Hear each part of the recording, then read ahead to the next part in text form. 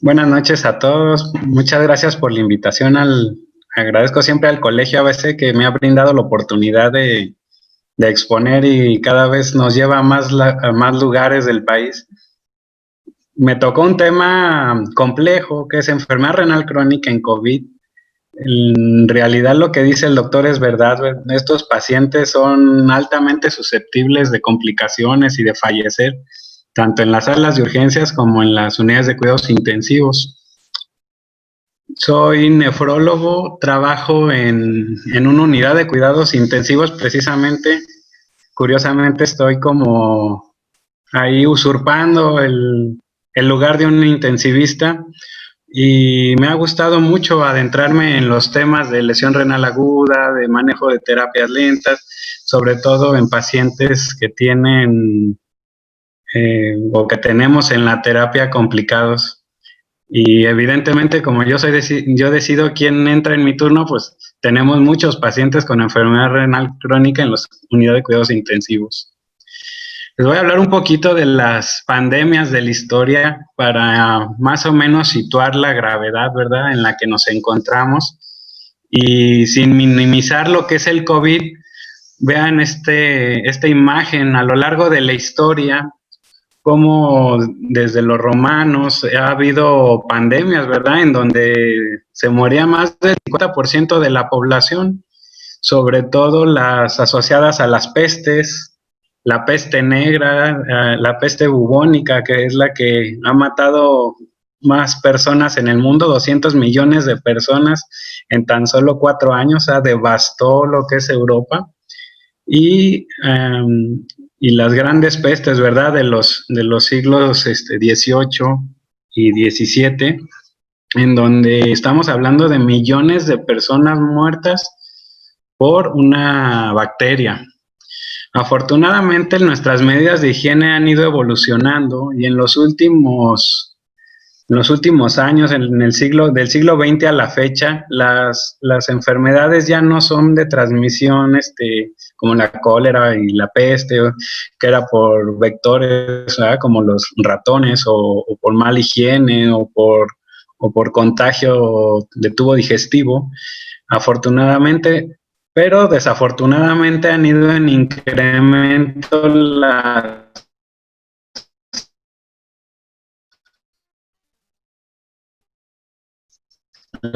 pandemias generadas por virus respiratorios. 50 millones de personas del 1918 a 1910, hace 100 años de esta tragedia. Y bueno, ya ahí conocimos el impacto de estos virus tipo influenza y cómo a lo largo del tiempo han habido otros virus respiratorios con altas mortalidades, ¿verdad? La gripe asiática, 1 millón de muertos, gripe de Hong Kong, 1 millón de muertos, sobre todo en poblaciones donde existe una densidad poblacional alta.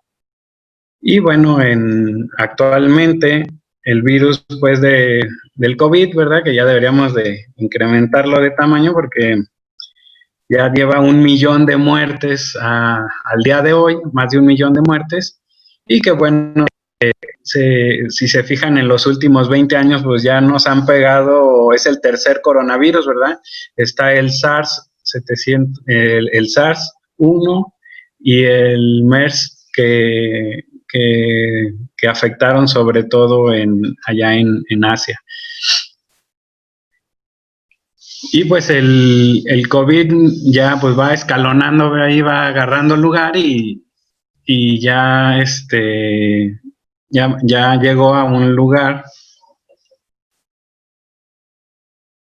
el lugar número 9 en relación a los virus. Vean cómo pues no quiere decir que es el tamaño del germen, quiere decir que es el tamaño de las muertes que generaron los diferentes microorganismos hasta la fecha. Y para entender pues lo del COVID en enfermedad renal crónica, necesitamos ver el panorama de la enfermedad renal crónica. Más o menos en el país se estima que el 8.5% de la población adulta tiene enfermedad renal crónica, y en el mundo es lo mismo, ¿verdad? Se estima entre el 10% de la población mundial adulta tiene enfermedad renal crónica. ¿Por qué es tan frecuente y no la vemos tan seguido en la consulta? Lo que pasa es que no la diagnosticamos. ¿Qué es la enfermedad renal crónica? Pues se define como anormalidades en la estructura renal o su función presentes durante 3 meses. Esta es la condición de tiempo que tiene que tener para poderse determinar que es enfermo renal crónico. 3 meses con alguna alteración renal, ya sea estructural o en la función. En relación a la función, tiene que tener una tasa de filtrado glomerular de menos de 60 mililitros minuto. Y en relación a los marcadores de daño renal, pues puede tener albuminuria, microhematuria, proteinuria, alteraciones hidroelectrolíticas ocasionadas por desórdenes túbulo-intersticiales o alteraciones detectadas por biopsia. Y sin olvidar los pacientes que tengan alguna alteración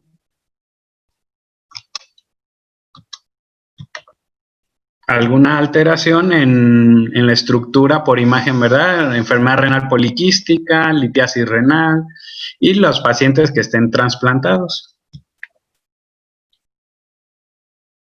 Entonces, es importante no confundir que son 90 días, 3 meses, para poder determinar que tiene enfermedad renal crónica en presencia de cualquiera de estas, sea alteración en la función renal o de la estructura o función de los túbulos.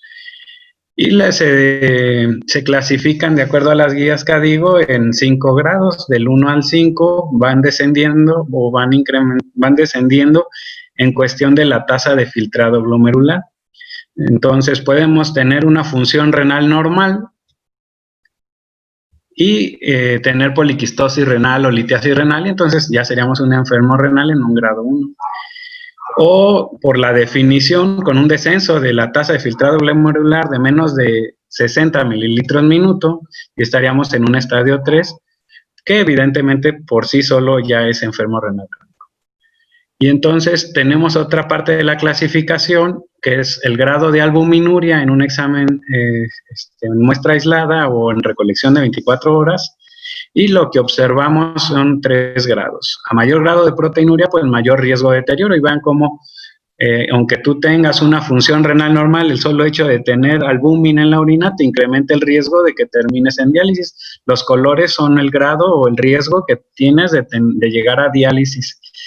Entonces, los rojos son los que, si no hacemos algo al respecto, finalmente va a tener diálisis. Los naranjas, pues, amarillos un poco menos de riesgo, y los verdes, pues, difícilmente van a terminar en diálisis.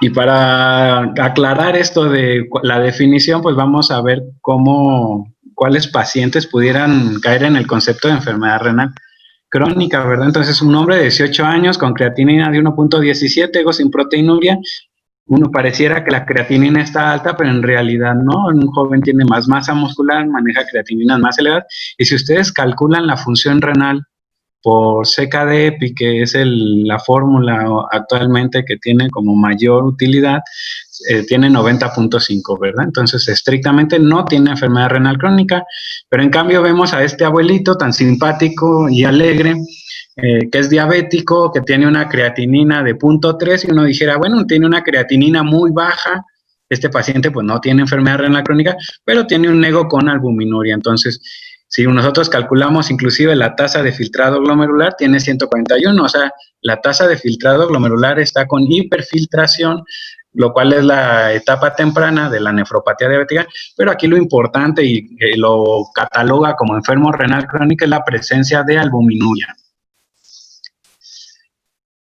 Otro joven de 43 años con poliquistosis renal, con creatinina de 0.6, un examen general de orina, una tasa de filtrado glomerular normal, se cataloga como enfermo renal crónico por la pura poliquistosis renal.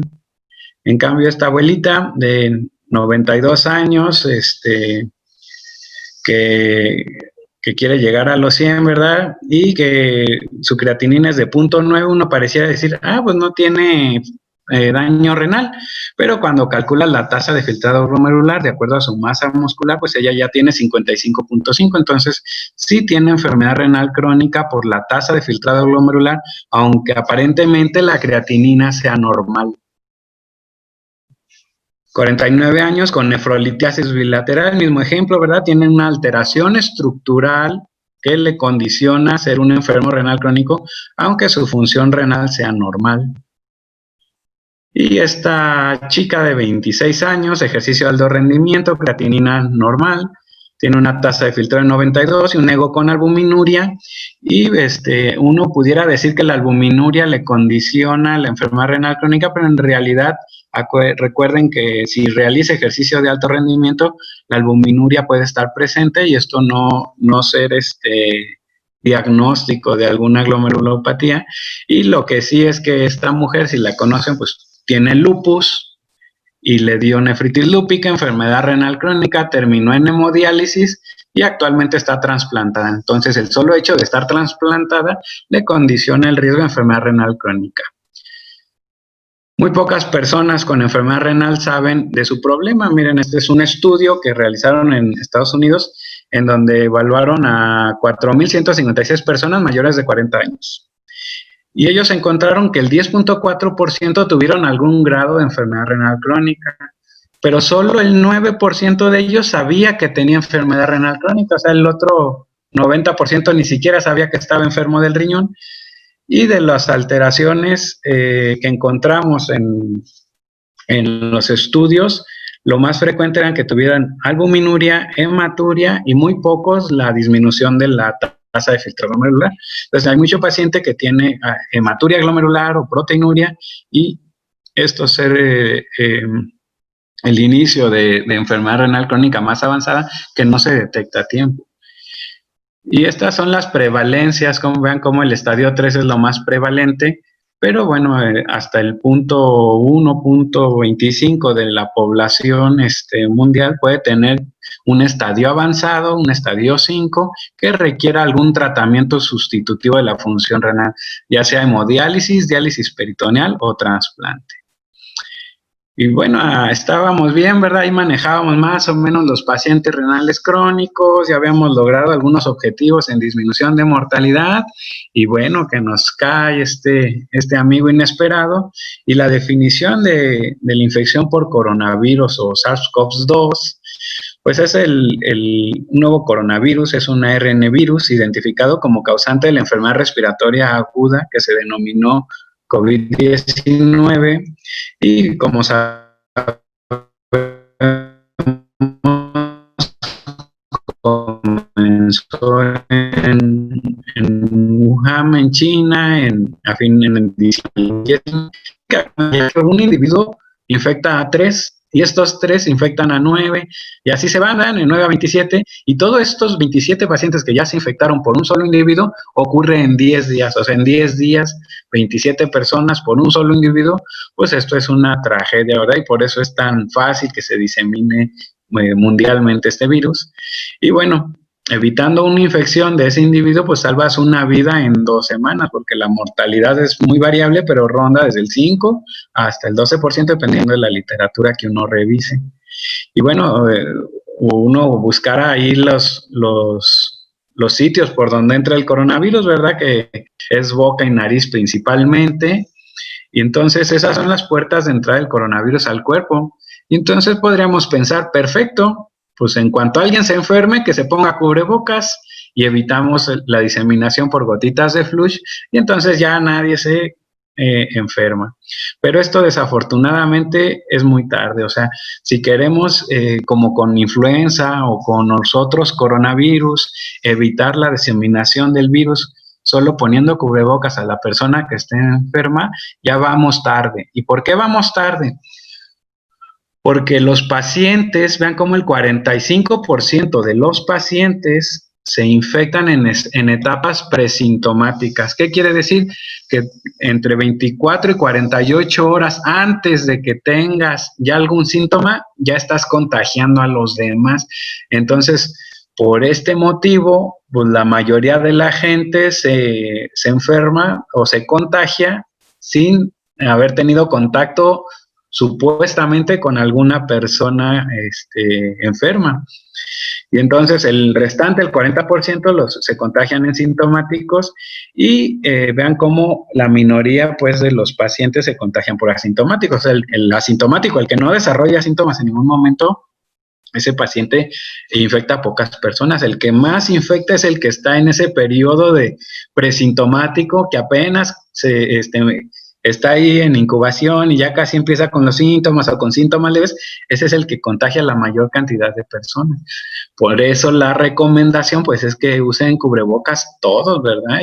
Y la recomendación ya tardía, porque ya queremos reactivar al mundo, pues era que todo mundo estuviera en cuarentena, pero como pues, no hacemos caso, ya demasiado tarde para esta recomendación. Las puertas están ya muy abiertas para evitar este tipo de transmisión. Y vean cómo en el mundo ya van 35 millones de casos de los reportados, ¿verdad? Seguramente esto es mucho mayor debido a que estos son diagnósticos por PCR, la mayoría, y vean cómo México ocupa el 9º puesto y me da como entre tranquilidad y miedo esto del 9º puesto porque hace 2 meses que expuse lo de lesión renal aguda en COVID, está checando las estadísticas y estábamos en el lugar número 6 de incidencia de casos y uno dijera, pues está súper bien, ¿verdad? Ya casi no tenemos nuevos casos. En realidad creo que es porque no los estamos diagnosticando. En los hospitales ya se están dando las órdenes de que ya no se tomen PCR a todo mundo, de que ya los pacientes que son manejo ambulatorio ya no se les tome la PCR, y entonces pues nuestras estadísticas están maquilladas.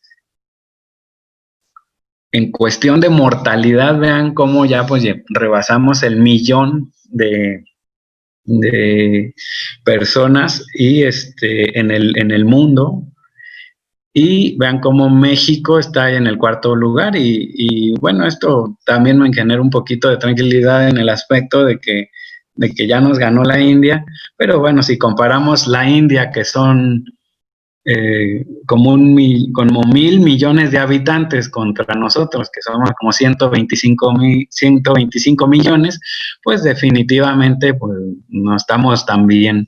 Y estamos en el 4º puesto con 81,877 muertes al día de hoy.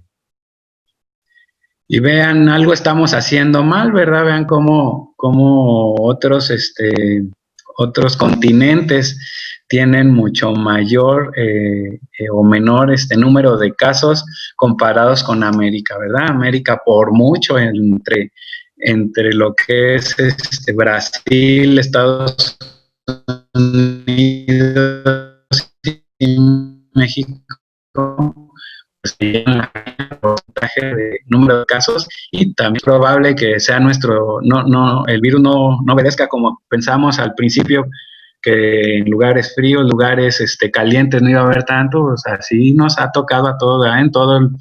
En todo el mundo, en todos los estados, un poco menos en donde hace todavía más frío, pero nos ha ido muy similar. Entonces esto quiere decir que pues esto obedece a razones culturales, ¿verdad?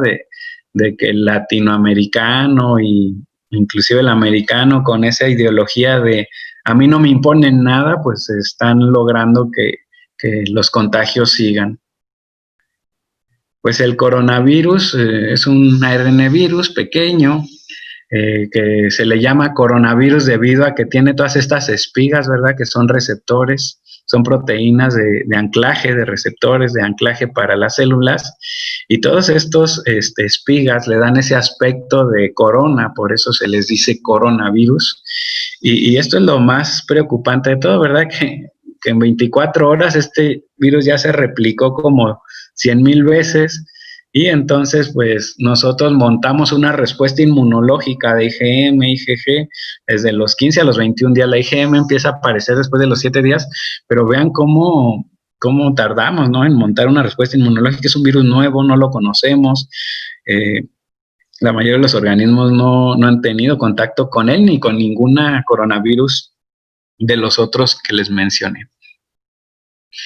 Y pues la entrada del coronavirus al cuerpo pues es el pulmón, ¿verdad? Es en todo el sitio donde haya receptores. ¿Qué receptores? Pues son estos receptores, son la enzima convertidora de angiotensina 2 que se encuentra anclada en la membrana de las células, le sirve a modo de receptor a las espigas del COVID, a esta proteína espiga, y por medio de la actividad de esta proteína transmembrana de serina 2, se activa y entonces se puede unir a la enzima convertida de angiotensina 2 y se internaliza en la célula y produce pues endocitosis para la replicación viral. Entonces, estas espigas se unen a este receptor de angiotensina 2 y el solo hecho de unirse ya está ocasionando un efecto citotóxico directo. Las células del cuerpo que más tienen receptores de enzima convertidora de angiotensina 2, sobre todo el pulmón, en especial los alvéolos y las células del epitelio pulmonar, que están pues en todo el aparato respiratorio, pero también las encontramos en una cantidad importante en corazón y sobre todo en riñón, ¿verdad? En el túbulo contorneo proximal, en el podocito, y entonces por eso se ha visto bastante asociación de daño renal e infección por COVID. Su unión con el del COVID, con el angiotensina, enzima convertidora de angiotensina 2, genera una disregulación del sistema renina-angiotensina 2 que hace que los niveles de angiotensina 2 y angiotensina, sobre todo 1, estén incrementados, se activan de forma importante los receptores para angiotensina 2 y entonces pues esto produce diferentes efectos deleterios, ¿verdad? Como activación de marcadores inflamatorios, vasoconstrictores, incremento en la permeabilidad vascular y todo esto condicionar mayor compromiso sistémico por medio de una tormenta de citocinas. ¿Cuál es citocina? Pues interleucina 6, factor de necrosis tumoral alfa, inclusive activación pues del dímero D y de algunas otras sustancias que favorecen los eventos trombóticos. También ocasiona daño celular endotelial directo, ¿verdad? Con disminución de la fibrinolisis e incremento de la producción de trombina. Y por otro lado, una alteración en la respuesta inmune, pues finalmente este virus debe de tener sus mecanismos para vencer nuestra respuesta inmunológica y por tal motivo, pues disminuye la producción de células T, por eso ocasiona linfopenia a expensas de estas células T, que son las encargadas directamente de atacar los virus cuando ingresan al organismo. Este virus daña cualquier parte del cuerpo, manifestaciones en el sistema y cualquier órgano que se les ocurra, y ahí va a estar, ¿verdad? Ya hay manifestaciones extrapulmonares en casi todos los órganos. El riñón es un órgano pues, que le gusta mucho al COVID. Se ha visto que hasta el 60% de los pacientes tienen hematuria, proteinuria, y que hasta entre un 10 y un 30% desarrollan lesión renal aguda por COVID. Y esto es multifactorial, pero evidentemente ya existen estudios en biopsias en donde se ha demostrado que el COVID daña las células tubulares de manera directa y el podocito. Y pues bueno, la evolución es esta, ¿verdad? O sea, desde que empieza el cuadro clínico, una confirmación radiológica a los días, desde el día 5 ya se empiezan, día 5 o 7 ya se empiezan a ver las lesiones, no patognomónicas, pero sí muy características de COVID en pacientes que tienen síntomas respiratorios. Inclusive se han visto en algunos asintomáticos, aunque es la minoría. Y pues generalmente entre el día 10 que ya requieren de internarse en los pacientes, que es cuando empiezan las complicaciones del síndrome de distrés respiratorio agudo y de los eventos trombóticos, hasta que desarrolla diferentes fallas, ¿verdad? Coagulopatía, lesión, insuficiencia cardíaca y lesión renal aguda y la mortalidad, que la mayoría de los pacientes se ha visto alrededor de los 28 días, 20-28 días, en algunos mucho antes. Hablamos pues de que no perdona el riñón, ¿verdad? ¿Y qué se sospecha de esto? Pues los mecanismos moleculares y celulares de daño renal están ya un poquito más claros.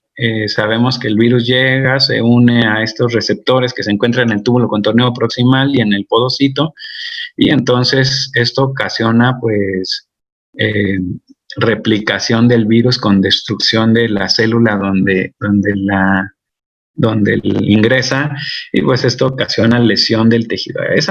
Solo esa lesión del tejido puede condicionar lesión renal aguda, pero existen otras formas de daño, ¿verdad? Como en todos los pacientes graves de unidad de cuidados intensivos, que es la nefrotoxicidad. ¿Qué es nefrotoxicidad? Pues las terapias, ¿verdad? Antibióticos que empleamos en nuestra desesperación por querer tratar una neumonía grave sin tener los cultivos para demostrar que el paciente está sobreinfectado por algún patógeno multidrogo resistente, pero si somos buenos para soltar aminoglucósidos, amicacina, gentamicina, vancomicina, o inclusive lo que es piperacilina tazobactam, pensando en Pseudomonas, que en su unión con vancomicina es altamente nefrotóxico. También empleamos medios de contraste que buscando que no tenga el paciente tromboembolia pulmonar, y en un contexto de un paciente hemodinámicamente inestable, pues esto es altamente nefrotóxico. Y por último, en cuestión de nefrotoxicidad, tenemos el empleo pues de AINES que usamos pues para manejo de la fiebre, ¿verdad? Como el metamizol sódico. Usamos mucho diurético en pacientes con problemas pulmonares, pensando que es líquido el que tiene en el pulmón y lo tiene tan mal, cuando en realidad pues el mecanismo es de citocinas. Y tanto el desarrollo de lesión renal aguda puede condicionar hipoxemia, hipotensión, mayor inestabilidad, tanto viceversa, ¿verdad? Los estados de hipotensión persistente, de hipoxemia, que estos pacientes pues es de lo más frecuente, ¿verdad? Le llaman hipoxemia feliz, son pacientes que saturan bajísimo y ni siquiera están tan insuficientes, pero si vemos lactatos o otros marcadores de hipoxemia, pues están altamente elevados. Entonces, cualquiera de estas condiciones pues conlleva la muerte, ¿no? El estado de hiperinflamación asociado pues a la tormenta citocinas, pues también es un mecanismo ahí estudiado. Y van a decir, bueno, el doctor, ¿por qué está mezclando lo que es lesión renal aguda y enfermedad renal crónica? Pues lo comento porque miren esto, los pacientes con enfermedad renal crónica son los que están en mayor riesgo de desarrollar lesión renal aguda. Si me preguntaran, ¿qué paciente que ingresa a un hospital tiene mayor riesgo de requerir diálisis o de hacer falla renal aguda? Pues es el que ya tiene algún grado de enfermedad renal crónica. Esa población con enfermedad renal crónica es la que está en mucho mayor riesgo de mortalidad y también de requerir un soporte renal, ¿verdad? Que puede ser transitorio o ya definitivo, quedar ya en hemodiálisis o en diálisis peritoneal de manera definitiva. Entonces, a menor tasa de filtrado glomerular, pues mayor riesgo de daño renal. Y bueno, los daños que se han observado en el riñón ya los comentamos la vez pasada, más a detenimiento, aquí lo voy a platicar muy superficial, que es lesión glomerular, o sea, lesión podocitaria, y daño microvascular, se dañan las arteriolas, hacen daño microvascular por trombos, microtrombos, y bueno, así como hacen microtrombos en todos los sistemas, hacen microtrombos en el glomérulo. Y también el síndrome de Fanconi, ¿verdad?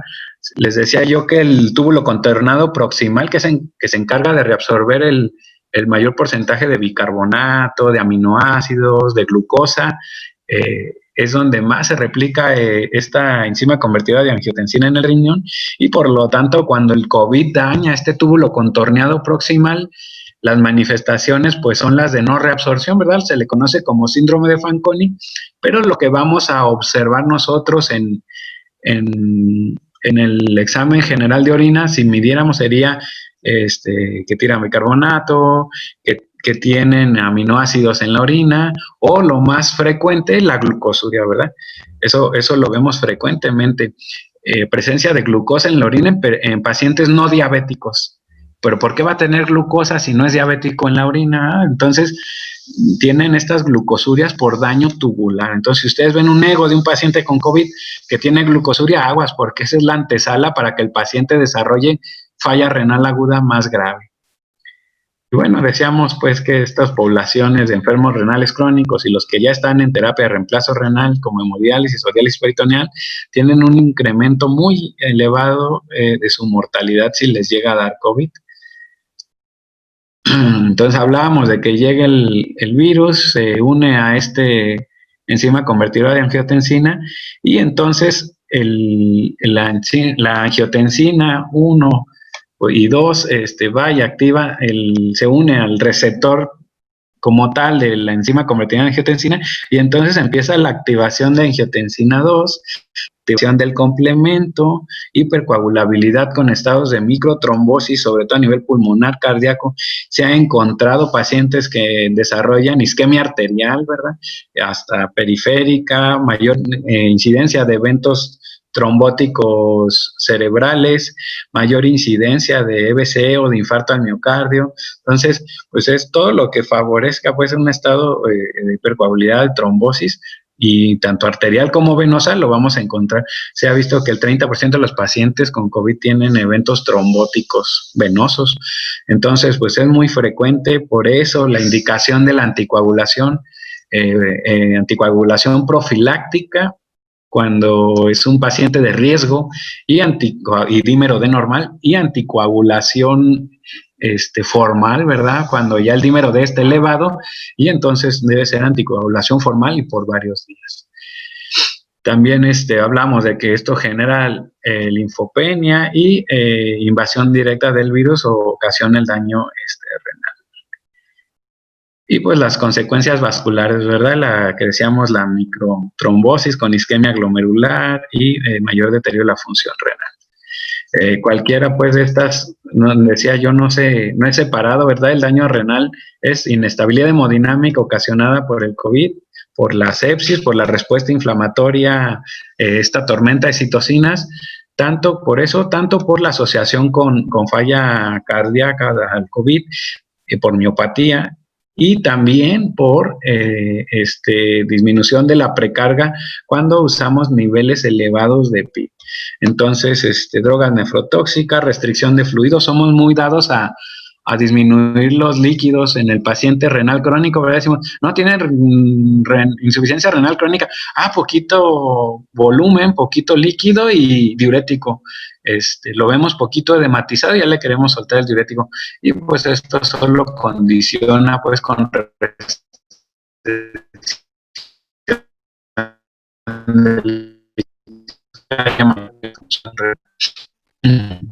en México, al día de hoy van 790,000 casos confirmados, ¿verdad? Por PCR, hasta Gatell, ¿verdad? Que solito se echa porras a cada rato, hablaba de que esto pudiera ser entre 5 y 10 veces más, y pues evidentemente eso es cierto en México, porque no hacemos detecciones, ¿verdad? No hacemos chequeos de rutina por PCR. En México las estadísticas es pura PCR, y entonces todos los que se diagnostican por inmunoglobulinas, IgG y IgM, que son bastantes de los que no requieren hospitalización, pues todos esos pacientes no están en las estadísticas oficiales. Entonces pues estamos con muchísimos más casos.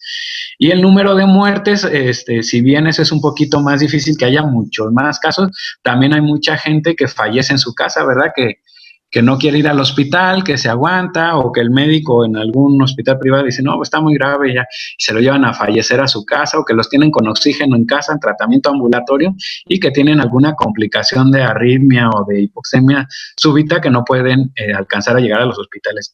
Pero bueno, fuera de eso, de los casos confirmados, sospechados, son 81,877, o sea, de un día a otro más de 1,800 casos nuevos. Y vean cómo pues no hemos logrado aplanar la curva, ¿verdad? Como en otros países que se aplanó en meses, porque sus medidas de contención funcionaron, ¿verdad? Muchos países usaron estrategias de nadie sale y otros de PCRs a todos los contactos y aislamiento forzoso, cubrebocas obligatorio, ¿verdad? Los países asiáticos son expertos en eso y pues tienen una curva muy rápida y pocos casos. Obviamente, cada que se reactiven actividades, mientras no exista vacuna, pues va a haber más brote de casos, pero el cubrebocas y las medidas de distanciamiento, o al menos el cubrebocas, llegaron para quedarse, ¿verdad? Es como cuando salió el VIH y se volvió famoso el preservativo, ¿verdad? Y entonces el condón llegó para quedarse, así el cubrebocas llegó para quedarse. Y entonces, pues en México, pues todavía no podemos aplanar bien esa curva, ¿verdad? Nuestro tope máximo de número de casos por día fue de 9,000, ahorita ya en estos días estamos en 4,000, 5,000, 3,000 casos, ¿verdad? Y bueno, este es el informe diario de México, este es el de ayer en la noche, y pues observamos cómo distribuido por las entidades entre la Ciudad de México, el Estado de México, Guanajuato, León, Sonora, Veracruz, Tabasco, tenemos más del 50% de casos de todo el país. Entonces, pues ciudades más grandes, mayor número de casos, ¿verdad? En donde hay transporte público del metro o mucho empleo del camión por cuestiones de viabilidad, de que no caben los carros, pues es donde más número de casos hay. Y bueno, el número de casos activos, si bien ya bajó en algunos municipios como Guanajuato o inclusive el Estado de México, todavía persiste en las ciudades más grandes, la Ciudad de México, Monterrey y Guadalajara. ¿Cómo se distribuyen los casos en México, verdad? Entonces, vean, los que son azules, mujeres, los que son naranjas son los hombres, y la mayoría de los pacientes que están confirmados, son todos los confirmados, la mayoría de la gente está entre los 30 y los 49 años, ¿verdad? Que es la gente que tiene que salir a trabajar, y la que está entre los 20 y los 29, pues son los que tienen que salir a las fiestas a propagar el virus. Entonces, existen muchos trabajos, la realidad es que es difícil en nuestro país hacer una cuarentena forzada porque la mayoría de la gente vive al día.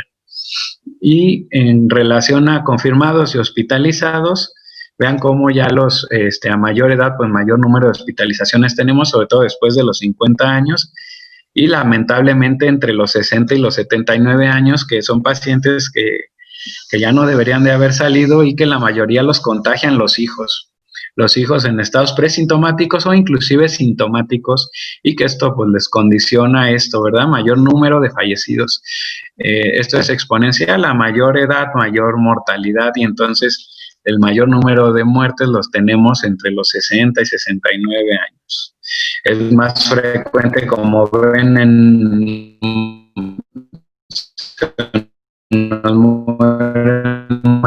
los hombres que hombres, esto tiene que ver con mayores como estas, enfermedad cardiovascular, tabaquismo. Y lo que les quería mostrar era esto.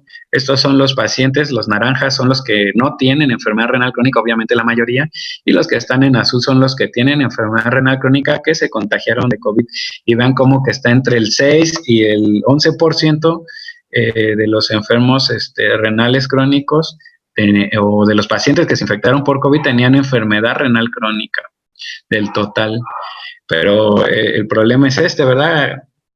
¿Qué definición de enfermedad renal crónica dieron las estadísticas mexicanas? Porque no hacemos examen general de orina casi nadie, y menos a un paciente con COVID, que nos da miedo que la pipí nos contamine, ¿verdad? O sea, muchas situaciones en donde no se estadifican los pacientes, entonces estas estadísticas pues definitivamente están como muy por debajo de lo que en realidad es. Y lo que sí vemos en la parte de abajo es la obesidad, diabetes e hipertensión, que está en un muy buen porcentaje de los pacientes que fallecieron y que encontramos mayor mortalidad, ¿verdad? Vean cómo los pacientes hipertensos tienen unas altas mortalidades a mayor edad. El paciente hipertenso y viejito, aguas, es el que más se muere. Y bueno, en relación a la cantidad de confirmados con COVID, de acuerdo a su condición, que ya han fallecido y que han sobrevivido, de este lado tenemos los que sobrevivieron el total, y vean cómo aquí observamos los pacientes que tenían enfermedad renal crónica, chiquito, el 1.15%, pero fallecieron el 0.74%, o sea, fallecieron más de la mitad de los pacientes que diagnosticaron de COVID y que tenían enfermedad renal crónica. Eso es por mucho, muy más alto que en la mayoría de lo reportado en el mundo. En relación a los días transcurridos del inicio de los síntomas al ingreso al hospital, vean cómo la mayoría se ingresa entre el día 5 y el día 10, pero las muertes están entre el día 8 y el día 20 más o menos en un promedio. ¿Quién tiene un riesgo alto de infección? ¿Qué hemos visto? Pues que se infectan más o las mujeres más fácilmente que los hombres, que los adultos en edad media, ¿verdad? Y evidentemente, ¿verdad? Entre los 25 y los 55 años, y ya lo veíamos, son los mayor número de casos. Esto es en el mundo, esto es un estudio de Inglaterra, una corte de Inglaterra, pero en México es igual, veíamos que esa población es la que, pues es la población laboralmente activa, la que tiene que salir, la que más está, que está en un alto riesgo de infección. Vemos cómo es mayor en grupos étnicos, seguramente por las cuestiones culturales, ¿verdad? Y de poco apego a las medidas de sana distancia y de uso de cubrebocas. Es relativamente más frecuente en sanos, en pacientes muy enfermos. El paciente muy enfermo, pues él ya sabe que si le da el COVID se puede morir, entonces los pacientes enfermos pues salen menos. Es más frecuente en pobres que en ricos, ¿verdad? No, como decía el diputado, no va a decir el nombre pues para no tener preferencias políticas, pero el diputado que decía que esa era una enfermedad de ricos, en ignorancia total. Y bueno, las minorías étnicas son las que tienen mayor riesgo de infección. Hablo de riesgo de infección, no de muerte. ¿Quién tiene mayor riesgo de que se enferme grave? ¿Qué quiere decir enfermedad severa? Pues que requiere ingreso, que requiere oxígeno, que requiere un respirador. Estos pacientes que tienen mayor riesgo de enfermedad, se encontró que los hombres se complican más que las mujeres, que los ancianos, y esto sí tiene un efecto ahí muy evidentemente exponencial, los ancianos mucho más que los jóvenes, y después de los 50 esto va incrementándose de manera dramática, ¿verdad? A mayor edad, mayor riesgo de enfermedad grave. ¿Quién tiene mayor letalidad? También los hombres que las mujeres, y también a mayor edad, y esto también es una exponencial, ¿verdad? Después de los 70 años, aguas, esos se mueren muchísimos. Y bueno, ¿qué hay de la enfermedad de los enfermos renales crónicos? Ya veíamos un poquito China, que fue los primeras publicaciones, pero quiero que vean este estudio en China, en donde desde el ingreso el 13.1% de los pacientes ya tenían tasa de filtrado de menos. Estas personas eran ya enfermos renales crónicos o venían con lesión renal aguda. Y bueno, vean cómo hasta el 43% tenían albuminuria, ¿verdad? Entonces, no solo pues que afecta a pacientes con enfermedad renal crónica, sino que el propio COVID ocasiona albuminuria por lesión podocitaria. Este es ya en muchos estudios, ¿verdad? En China poca incidencia de lesión renal aguda, pero en estudios occidentales, sobre todo en Estados Unidos, mucha incidencia de lesión renal aguda, ¿verdad? Llegando hasta en un 30-40% la frecuencia de lesión renal aguda en los pacientes que ingresaban a los hospitales. Y bueno, la enfermedad renal crónica tiene un impacto pues negativo en el curso de la enfermedad. Tiene un odds ratio muy alto, es la que tiene el odds ratio más alto, así de todas estas condiciones que evaluaron de enfermedad pulmonar previa, enfermedad cardiovascular previa, hepatitis B, diabetes mellitus, lo peor que te podía pasar era que tuvieras enfermedad renal crónica y que te diera COVID, eran los que tenían mayor odds ratio para agravarse. Y vean cómo en algunos otros estudios en Wuhan, en China, no fue un factor que impactara en relación a si requería o no terapia intensiva. Lo que sí vieron en este mismo estudio es que los pacientes que no sobrevivieron tenían niveles de nitrógeno ureico, o sea, de urea y de creatinina mucho más altos que los que no. Y los factores asociados a COVID en otros estudios en donde observan muchos pacientes, pues este es un estudio de 17 millones de pacientes, obviamente retrospectivo y con sus sesgos, pues el tener enfermedad renal crónica o ya incrementada en tamaño porque está muy pequeñito, vean cómo los que tenían entre 30 y 60 de tasa de filtrado glomerular tenían mayor, o era un factor de riesgo asociado a mayor mortalidad, y sobre todo esto se iba de manera dramática cuando tenían tasas de menos de 30. O sea, si tú tienes un estadio 4 o 5 de enfermedad renal crónica y te da COVID, tienes un alto riesgo de fallecer. Vean como creatinina sérica de base alta y un nitrógeno ureico alto condiciona un hazard ratio de mayor mortalidad, ¿verdad? El tener hematuria, proteinuria también. Y también otro estudio en donde vemos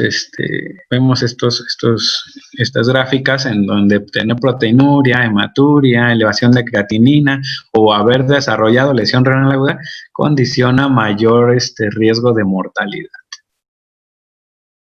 Cuando compararon pacientes que desarrollaron falla renal aguda de los que no desarrollaron falla renal aguda, aparte de la edad, la falla cardíaca, la diabetes como tendencia, la hipertensión, el hecho de tener enfermedad renal crónica desde estadio 1, 2, 3 y 4 era un criterio para, o más bien se asoció a mayor riesgo de desarrollar lesión renal aguda. Los pacientes que tenían enfermedad renal crónica fueron los que más desarrollaron lesión renal aguda.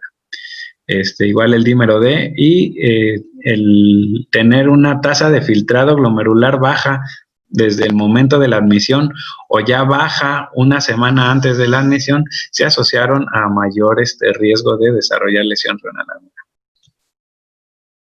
En relación a los que ya están en terapia de reemplazo renal, ya hablamos un poco de los que estaban en estadios 1, 2, 3, 4, ya nos quedó muy claro que se asocia a mayor mortalidad, pero ¿qué hay de los que ya están en terapia de reemplazo renal? ¿Verdad? Estos pacientes estadio 5 que ya están en una terapia de reemplazo renal. Este es un estudio español.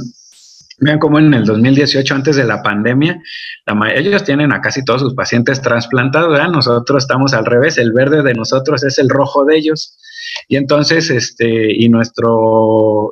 y su verde es nuestro rojo, o sea, nosotros estamos al revés, nosotros tenemos la mayoría de los pacientes entre hemodiálisis y diálisis peritoneal y muy pocos pacientes trasplantados, pero bueno, ellos sí trasplantan a casi todos, y entonces, esto es en el 2018, y vean cómo ya después de su registro COVID que hicieron después de que la pandemia asoló a ellos. Entonces, el día de hoy ellos fallecieron. En eso el 25% de los registrados en su programa, ¿verdad? No está hablando de todos los pacientes de España, solo los que metieron al sistema, y vean cómo la terapia de reemplazo renal, de los que más se infectaron, pues es la hemodiálisis. ¿Por qué? Y esto pues tiene una explicación muy clara, ¿verdad? Los pacientes de hemodiálisis pues tienen que tomar un transporte, tienen que ir a una sala u hospital en donde hay más gente y están en una sala cerrada con un montonal de pacientes.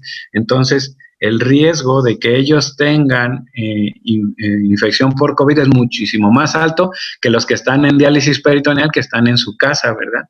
Esos se infectan menos de COVID, a menos que llegue el hijo con el COVID y se lo pegue. Y en cuestión de los trasplantados, los que mayor frecuencia de infección de trasplante tuvieron son los que estuvieron recientemente trasplantados, que seguían acudiendo a sus consultas de manera más frecuente, antes de que decidieran, ¿verdad?, parar todo esto del trasplante. Y en algún estudio que realizaron en el Reino Unido, ellos observaron una mortalidad de los pacientes que tenían infección por COVID y que tenían enfermedad renal crónica avanzada, o sea, que ya estaban en diálisis, del 22%. Y nosotros estamos hablando que nosotros tenemos una mortalidad del 50%. ¿Por qué? Pues porque en el Reino Unido y en otros países sí se hacen sus 3 sesiones de hemodiálisis normalmente, y en México la mayoría, sobre todo los que están en Secretaría de Salud, se hacen 2 sesiones a la semana porque no pueden costear más. ¿Cómo se diagnosticaron estos pacientes? Este es de los pacientes con trasplante renal, pero la sintomatología es muy similar a los que tienen enfermedad renal crónica. Vean cómo un 4.7% eran asintomáticos, o sea, un bajo porcentaje de asintomáticos. Esto va en relación al chequeo, ¿verdad? Pues son pacientes que no van a ir a hacerse una PCR porque lo que quieren es estar ahí encerrados, rogando porque pase esta pandemia. La mayoría tuvieron fiebre, tos, rinorrea, disnea, náuseas, vómitos, inclusive los síntomas de hiposmia o disgeusia. Pero ¿cómo los diagnosticamos? Pues por PCR, ¿verdad? O sea, es ver el material genético de coronavirus, ¿verdad? Si es positivo, pues tiene COVID. Y entonces esto confirma el diagnóstico de SARS-CoV-2 y pues es altamente específico. Lo malo es que no es altamente sensible, ¿verdad? Tiene una sensibilidad muy variable entre el 50 y el 70%. La sensibilidad más alta, o sea, la capacidad de identificar correctamente a un enfermo, la tienen los estudios que se realizan por lavado bronquial, ¿verdad? Estamos hablando de pacientes intubados, ahí se andan en el 92, 96%, pero en pacientes de muestreos nasofaringios, la sensibilidad es baja, ¿verdad? Entre el 50 y 70%. Si lo hace solamente faringio, pues esto todavía es más baja, el 30-40%. Entonces tenemos un alto índice de falsos negativos. ¿Qué hay que hacer cuando tenemos la sospecha clínica y sale negativa la PCR? Pues hay que repetir la prueba, ¿verdad? Se dice que se repita 24, 48 horas, o 1 a 2 veces más para confirmar el diagnóstico. Obviamente, la sensibilidad de la prueba incrementa conforme más pruebas te hagas. Entonces, a la segunda, tercera prueba, la sensibilidad ya anda en el 80%. Entonces, este es un cuadro de interpretación. Hay mucho que se dice sobre las pruebas rápidas, que si la IgG, que si la IgM, que si es cualitativa, que si es cuantitativa. Y pues bueno, esto yo siempre he dicho que en la medicina hay que aprender a saber por qué pedimos una prueba y qué utilidad va a tener esta prueba. He escuchado tanto comentario médico que dice, las pruebas rápidas no sirven. No es que no sirvan, es que no las sabes para qué la estás pidiendo. Y vean este gráfico, me gusta mucho porque habla de la sensibilidad, hablamos de la sensibilidad de PCR, ya hacemos la primera semana del 67 y esta sensibilidad va disminuyendo. ¿Por qué va disminuyendo? Pues porque va disminuyendo la replicación del virus en el lugar donde la tomes, en este caso nasofaringio. Pero vean la sensibilidad de los anticuerpos. Si la toman la primera semana, que es la que hace la mayoría, pues sale negativo. Entonces, por eso dicen, no sirve, no tiene COVID, pero no sirvió porque después le salió la PCR o después se puso mal, entonces no sirve. No es que no sirva, es que la sensibilidad de la primera semana es baja porque todavía no forma anticuerpos. Pero vean cómo la sensibilidad se va combinado hasta en un 90% entre el día 8 y 14. Y cuando pasamos del 14, las sensibilidades están muy altas, ¿verdad? Tanto para IgG, para IgM. Entonces, usen las pruebas que tengan a la mano. La PCR es muy cara y poco accesible si no estás en un hospital, si no te la quieren hacer en un centro de salud o tu paciente no quiere irse a hacer a alguna institución de salud pública. Entonces, pues denle la utilidad que tiene, ¿verdad? Yo les digo, si la piden al día 8, le sale positivo, pues ya le ahorraron la PCR, ya está diagnosticada. No diagnostica la interacción de la IgG y IgM con el antígeno del COVID, entonces es bastante específica, en realidad son muy específicas. O sea, sí son útiles sabiéndolas utilizar. Y la mayor utilidad quizás sea en el seguimiento epidemiológico, ¿verdad? Para ver qué población fue portadora asintomático. La tomografía de tórax también se ha hablado de su alta sensibilidad, tiene una sensibilidad del 97%, pero no es tan específica, ¿verdad? Ustedes están viendo unos infiltrados intersticiales que bien pueden dar otro microorganismo intracelular o algún otro virus, aunque sí la distribución es un poco característica, aunque no patognomónica. Aquí en este estudio que realizaron, vean cómo metieron a 1000 pacientes con sospecha de COVID, a los que también se les realizó PCR. Y vean cómo aquí la PCR positiva con TAC positivo son los verdaderos positivos, pero estos son el grupo que más me importa, ¿verdad? El paciente que tiene cuadro clínico, que yo le hago una PCR que es negativa y que la tomografía da datos de COVID, pues entonces ese es un falso positivo. Esa población es la que se debe de seguir considerando como COVID porque tiene el cuadro clínico y los hallazgos tomográficos. Esta sensibilidad de la tomografía es cuando tienes una alta sensibilidad, es cuando tienen manifestaciones respiratorias. Pacientes asintomáticos, la sensibilidad de la tomografía baja. O sea, tú puedes tener una tomografía normal y PCR negativa y no necesariamente en el inicio de la enfermedad no ser COVID.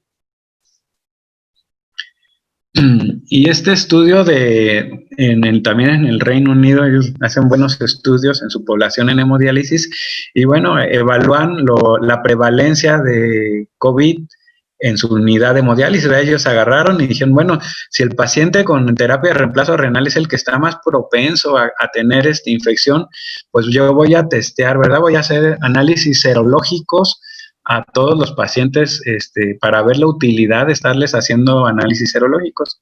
Entonces ellos agarraron una unidad de hemodiálisis, agarraron 376 pacientes, 20 pacientes no quisieron entrar ahí que le hicieran la prueba, ¿verdad? Y seguramente si le hacen en México va a salir mucho más porcentaje porque el mexicano es tan miedoso de que le digan que tiene COVID, pero de los 356 pacientes que incluyeron, 121 pacientes están asintomáticos. De esos sintomáticos se les hizo PCR, ¿verdad? Aquí no se les hacía PCR a los asintomáticos, que era lo ideal, pero se les hizo 121, a los 121 pacientes sintomáticos se les hizo PCR. De estos que tuvieron PCR del total, el 22% fue positivo y el 11% negativo. Y de todos los pacientes que no se les hizo PCR porque no tenían síntomas, se les hizo el serológico, ¿verdad? Que era el 66% de la población.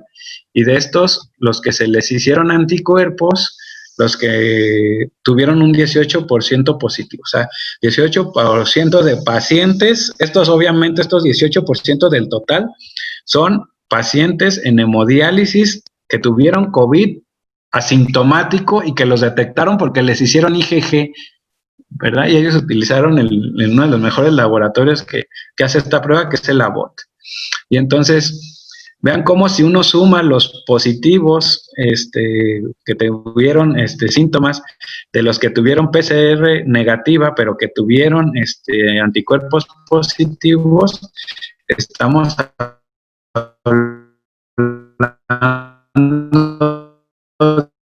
de un 40% de pacientes asintomáticos. Las máquinas entre una y otra no guardan la distancia de 2 metros o de 1,5 metros que se requiere, y entonces son pacientes que están en un alto riesgo de contagio. Bueno, ¿y qué hay de los pacientes trasplantados? Pues los pacientes trasplantados en ningún estudio se ha visto que tengan algún riesgo alto de contagio o más alto que la población general, aunque sí los pacientes que están en trasplante renal pueden acumular algunos factores que aumenten este riesgo, ¿verdad? Muchos son diabéticos, muchos ya son de edad, muchos tienen hipertensión y entonces estos son factores de riesgo. Muchos quedaron con tasas de filtrado glomerular bajas y esto condicionales mayor riesgo. Y entonces el mayor riesgo de ellos lo tuvieron a los meses desde el trasplante, obviamente los primeros meses, ¿eh? Los que les tocó esta pandemia y los acaban de trasplantar o tenían poco de trasplantados, pues fueron los que más se infectaron, al menos en España. Y bueno, esto pasó en España y en todo el mundo. Vean cómo después de que empezó la pandemia ya por pues siguen trasplantando, febrero, y ya por mayo dijeron, no, pues ya se acaban los trasplantes, y entonces ya nadie trasplantó, ¿verdad? Ni de donador cadavérico, ni de donador fallecido, porque no sabíamos qué iba a pasar con esta población.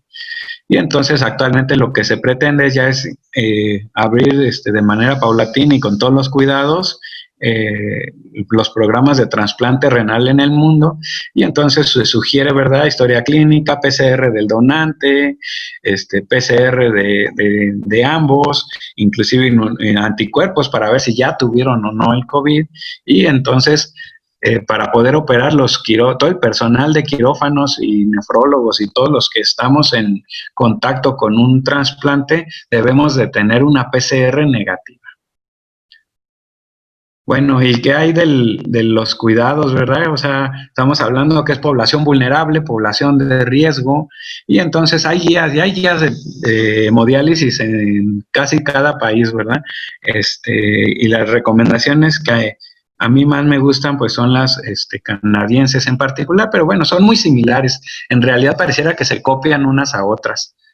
Y bueno, medidas preventivas en pacientes con enfermedad renal crónica estadios 1 al 4, eso queda muy claro, pero en los pacientes que ya requieren, que ya están en una terapia de reemplazo renal, tenemos que identificar precozmente los pacientes que cumplan una definición de caso sospechoso, con el fin de minimizar el contagio a otros pacientes de hemodiálisis o el personal de la unidad.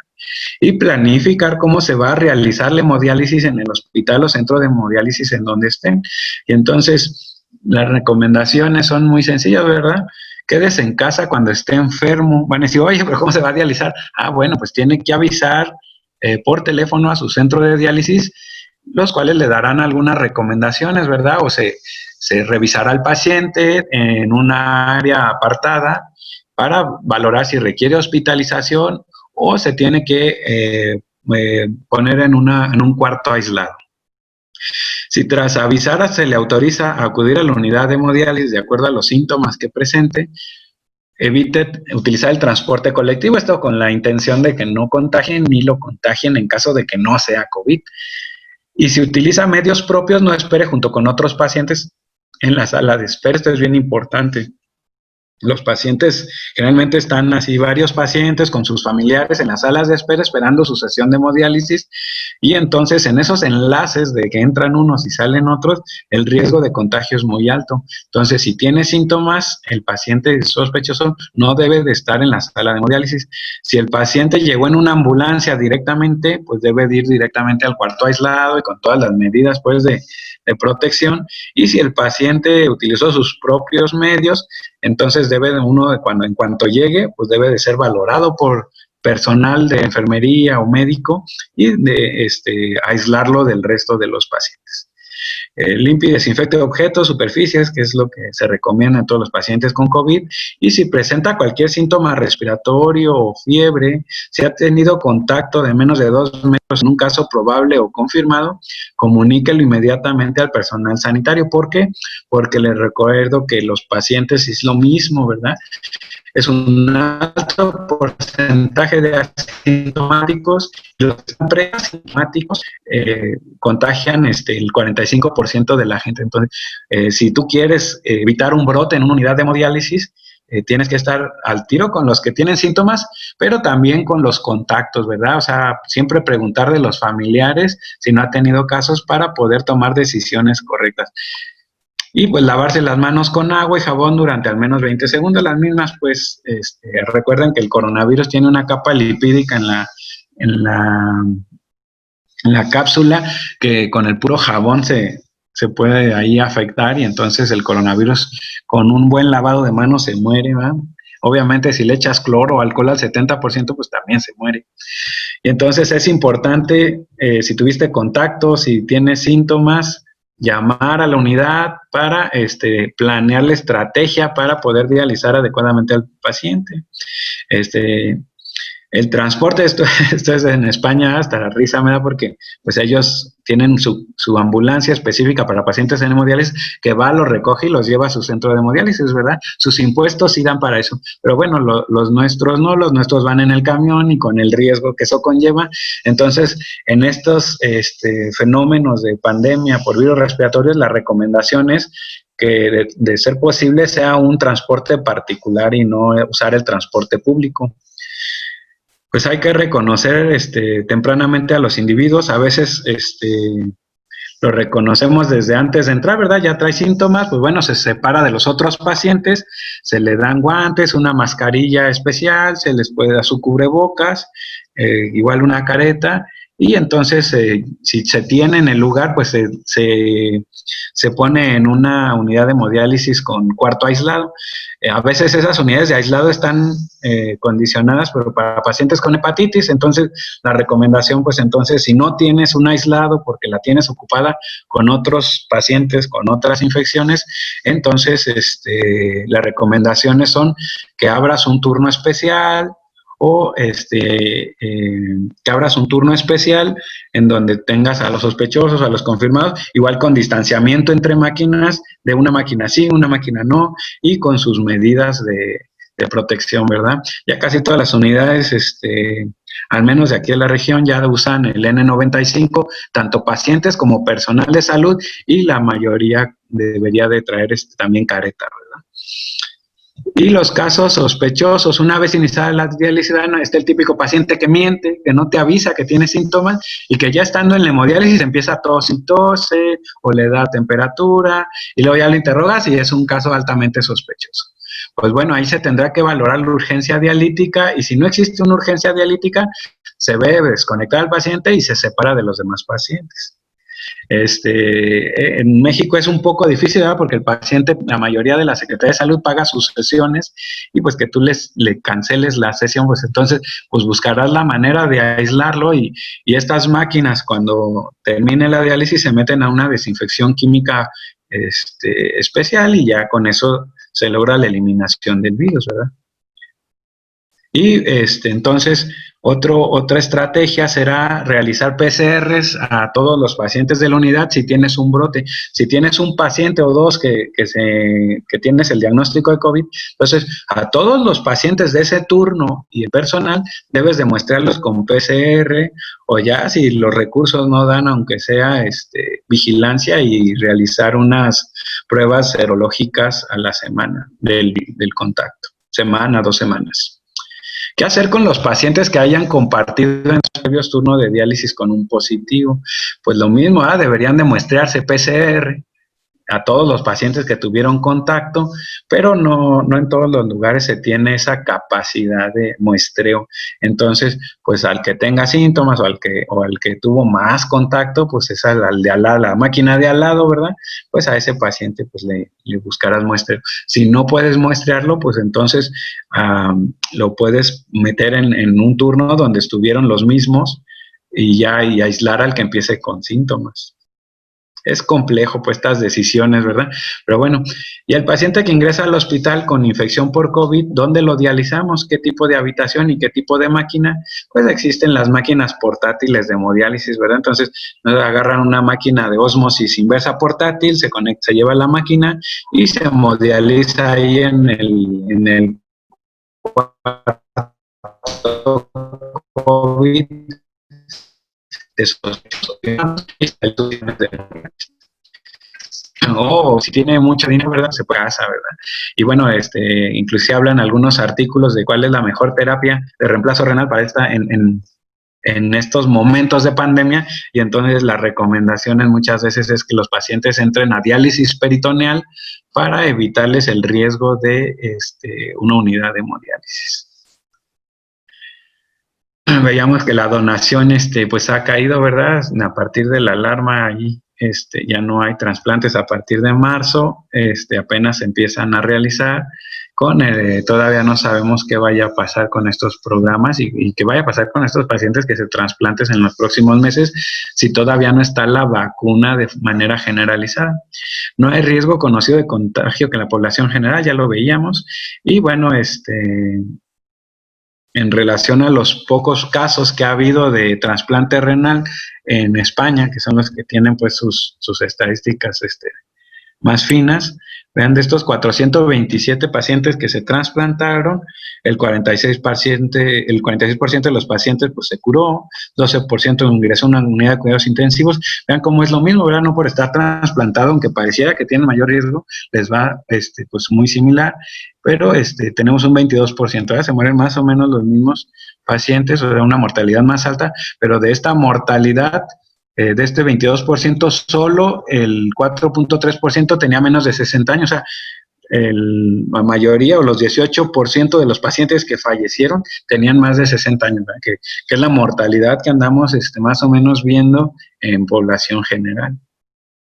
¿Qué no conocemos aún? Pues un tratamiento óptimo para el virus, la nefroprotección óptima y el impacto de la vacunación. Quisiéramos tener una capa ahí invisible que nos protegiera a todo el mundo, ¿verdad?, del COVID. El problema es que ya está adentro y que pues nuestra capa será el cubrebocas. Y por otro lado, los pocos tratamientos que han demostrado impactar en mortalidad, pues ya los conocen todos. Me voy rápido, no es la plática, no trata sobre tratamiento, ¿verdad?, que es tan amplio y con tanto desconocimiento y tantas opiniones encontradas, pero lo que sí ya está así francamente demostrado, pues es el empleo de dexametasona en pacientes que requieren oxígeno, ¿verdad? Los pacientes que requieren oxígeno, el empleo de dexametasona disminuye la mortalidad. Entonces, dexametasona, bien, ¿verdad? Luego, la hidroxicloroquina o cloroquina en muchos estudios que se ha asociado pues a mayor mortalidad, y que contra placebo, ¿verdad? Sobre todo cuando la combinaron con acitromicina, y es que la combinación de la cloroquina, la hidroxicloroquina, sí disminuye la replicación viral. Hay estudios que la PCR la negativiza hasta en un 70% en las primeras días, o sea, sí negativiza la replicación viral. Quizá tenga un impacto, y estos estudios pues no evalúan eso, si se dieran los primeros días, inhibe la replicación viral y quizá tenga un impacto en los siguientes semanas, que es cuando más complicaciones existen.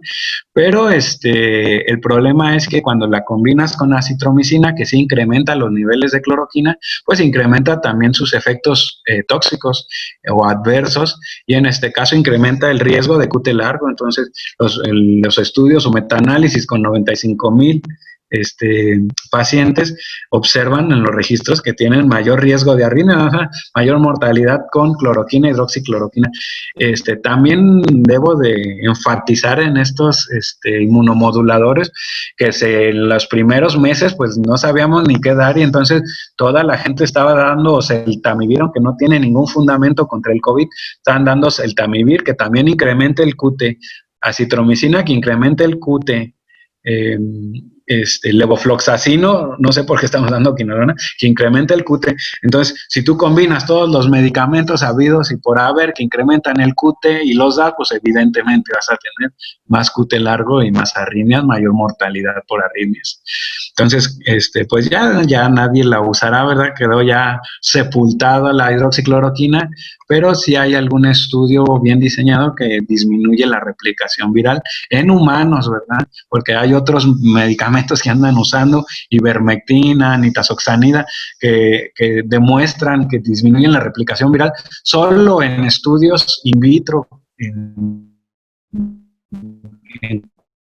cultivos, y el problema de esto es que en un humano es tóxica. Entonces, la dosis que inhibe la replicación no se puede traslapar al humano. Entonces, pues son medicamentos que pues, no van a tener un impacto real.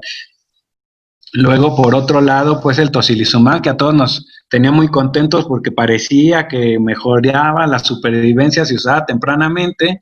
El laboratorio Roche ya dijo, ¿verdad?, lanzó un comunicado de que sin beneficio en pacientes. No especifican muy bien por qué, si mayor riesgo de eventos adversos o si les cayeron ahí los de las vacunas y le dijeron, espera, no saques un medicamento que es efectivo. El detalle es que pues ya no se debe de utilizar si los que lo producen dijeron que no servía. Otros antivirales que evidentemente no tienen ningún beneficio en mortalidad 28 días. Y el remdesivir, ¿verdad? Utilizado en adultos, es un nuevo análogo de no nucleócidos que se usaba ahí un poco ahí intentando para el VIH o para malaria. Y entonces lo que sí se vio es que también se usaba en SARS y en MERS y tenía ahí cierta utilidad. Están corriendo buenos estudios que veremos pronto y que sí, los estudios preliminares parece que en pacientes muy graves sí les disminuye la mortalidad. Quizá no tenga utilidad utilizarlo en pacientes moderados. Y por otro lado, el uso de plasma, ¿verdad? La terapia de plasma convalescente, que ya salió, ¿verdad? Sin mejoría clínica 28 días, no mejora el curso de la enfermedad y no mejora los días libres del ventilador. Pero es un estudio muy pequeño, ¿verdad? A veces nosotros nos adelantamos y queremos demostrar, o sea, opinar que no sirve con estudios. En este estudio solo tiene 103 pacientes y pues obviamente son pocos los que fallecieron y aquí el problema es ¿verdad? Si a mí me dijeran que la mortalidad, o sea, me dijeran, vean como la mortalidad en los que recibieron plasma es del 15% y la mortalidad de los que no recibieron plasma es del 24%. Esto no es estadísticamente significativo. Pero si a mí me dicen que a los 28 días tengo un 9% más de probabilidad, o no de probabilidad, sino de posibilidades de que no me muera si me ponen el plasma, pues yo les digo, adelante, pónganmelo, ¿verdad? Yo creo que también dependerá del momento en el que lo pongas, ¿verdad? Si es los primeros días, la primera semana, seguramente tendrá mucho mayor beneficio que ponerlo después. Y y las otras cosas que se deben tener en cuenta y que son pues, muy generales es anticoagulación ajustada a la tasa de filtrado glomerular. Eso es bien importante. Les decía yo, pues, usar anticoagulación profiláctica en pacientes con dímero D normal y riesgo. Obviamente los pacientes hospitalizados son pacientes ya de riesgo o de que tienen casos moderados a graves y utilizar anticoagulación ya plena en pacientes con dímero D elevado.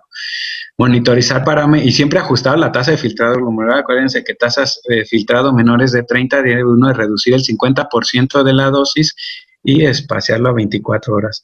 Monitorizar parámetros de la función renal, monitorizar diuresis diariamente, monitoreo hemodinámico es súper importante, y evitar nefrotóxicos. O sea, es el mismo manejo de un paciente con falla renal. Acuérdense que un enfermo renal crónico está en alto riesgo de desarrollar mayor grado de falla renal y de requerir terapia de reemplazo renal y esto definitivamente le incrementa la mortalidad de manera dramática.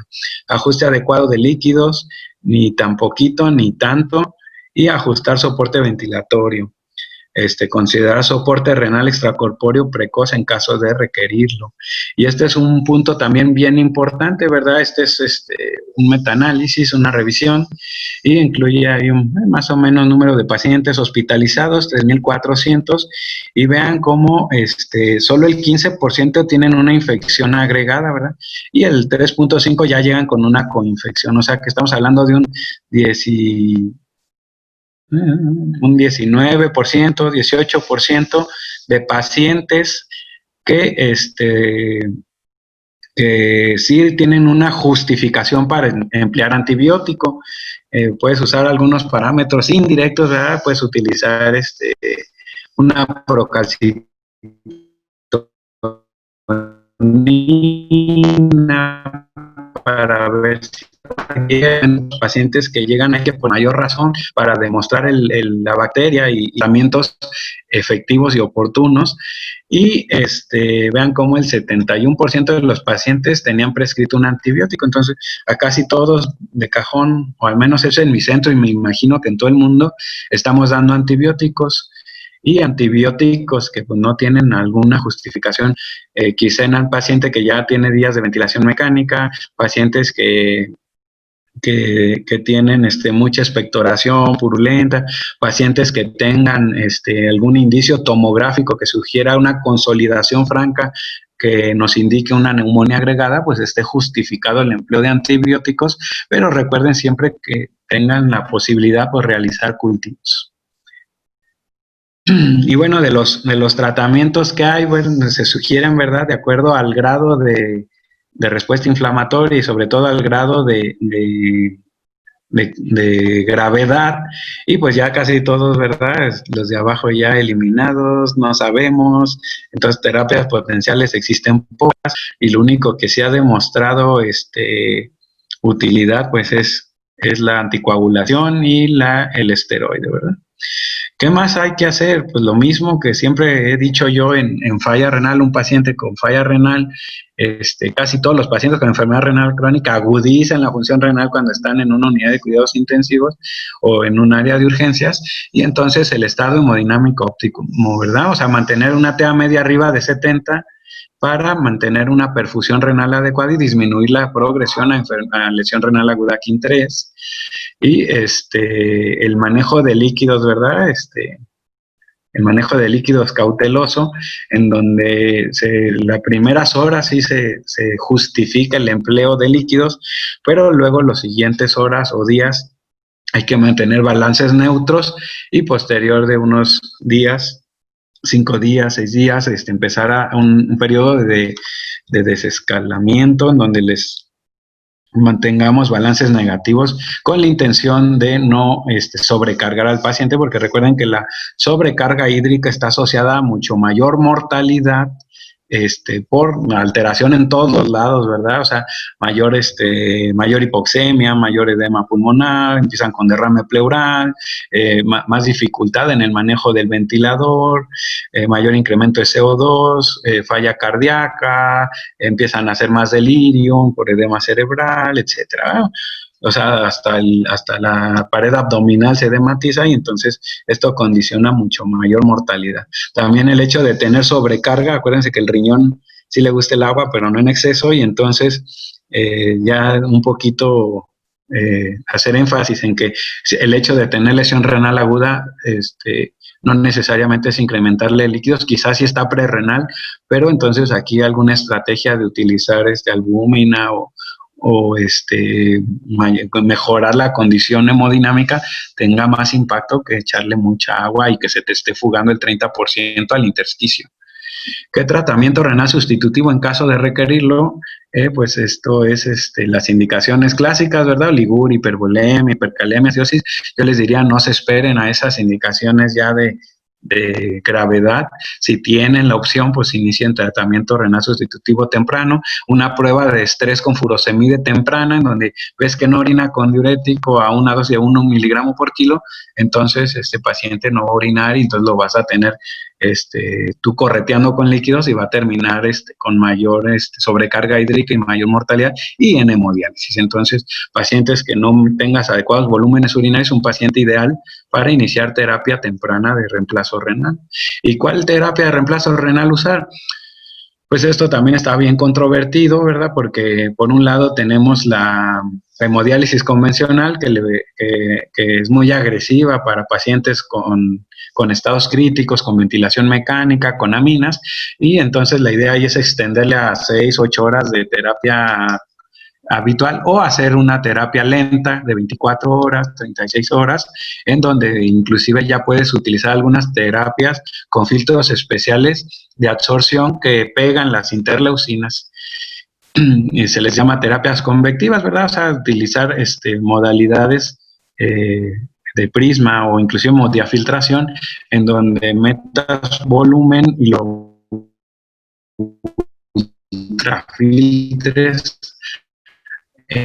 con grandes para lograr el barrido de la diálisis peritoneal. Los brasileños son expertos en esto de la diálisis peritoneal en agudos, y entonces pues tiene sus riesgos y sus beneficios. El riesgo pues es que le estás metiendo líquido o incrementando la presión intraabdominal, y que esto genera una disminución de la compliance pulmonar, y que pudiera empeorar los parámetros ventilatorios. Y tienen la ventaja pues de que no expones al personal de hemodiálisis, de que es más accesible, y de que pues también más económico en caso de costear. Y el problema es ¿verdad? Es la primera ola que ya nos pegó, ¿verdad? Ya vamos ahí para abajo, que es la atención al paciente con COVID, pero el sistema sanitario tiene otras olas de la pandemia, como es el impacto en la restricción hecha sobre urgencias, o sea, no COVID, ¿verdad? Los servicios de pisos saturados ahorita ya empiezan a saturarse porque la gente primero no quería ir al hospital, pero ahora pues ya no tiene de otra porque llegan graves, y los hospitales privados también están llenos de COVID, entonces se están saturando los sistemas de urgencias no COVID que se fueron acumulando. Y la tercera ola pues es el impacto de la interrupción del tratamiento, ¿verdad? Se cancelaron todas las consultas de crónicos degenerativos, y entonces pues todos esos pacientes que no están controlados pues van a empezar con las complicaciones del descontrol de sus enfermedades. Y una cuarta ola pues es la que todos tenemos ahorita, ¿verdad? Que es pues ya los traumas psíquicos, la enfermedad mental, daño económico, burnout, que tiene el sistema de salud, y sobre todo pues el personal de enfermería y médicos, sobre todo enfermería, que son los que han tenido toda la capacidad de mantenerse en un área COVID y aguantar las exigencias que la pandemia demanda. Y pues esa sería la tercera ola. ¿Qué conclusiones tenemos? La enfermedad renal crónica es un factor de riesgo independiente de tanto de lesión renal aguda como mayor mortalidad. Los pacientes en hemodiálisis están en riesgo constante de contagio con mayor mortalidad. El reconocimiento oportuno y realizar pruebas de detección en centros de diálisis es una estrategia eficaz, pero no accesible en nuestro medio. Y los tratamientos deben de ser individualizados y el soporte renal detenidamente evaluado por el nefrólogo encargado para tener los mejores desenlaces posibles. Pues lamentablemente la vacunación todavía nos falta, pero bueno, es una luz que esperamos ilumine nuestro mundo. Quisiéramos tener nefrólogos, o al menos en todos los hospitales del país, pero la realidad es que es esta. Hay un nefrólogo por millón de habitantes en la mayoría de los estados del país, y están concentrados en las capitales, y quizás solo Jalisco tenga lo recomendable, que es un nefrólogo por cada 30,000 habitantes, pero lo malo es que también todos están metidos en Guadalajara. Entonces los nefrólogos en México así estamos, ¿verdad? Así vemos al COVID venir, y cuando queremos meternos a las unidades de terapia intensiva pues terminamos así, ¿verdad? Exhaustos como cualquier médico. Bueno, así quisiéramos vernos los nefrólogos, pero la verdad es que así estamos, ¿verdad? Así escuchamos COVID y ahí la vemos, ¿verdad? Yo no estaba por aquí.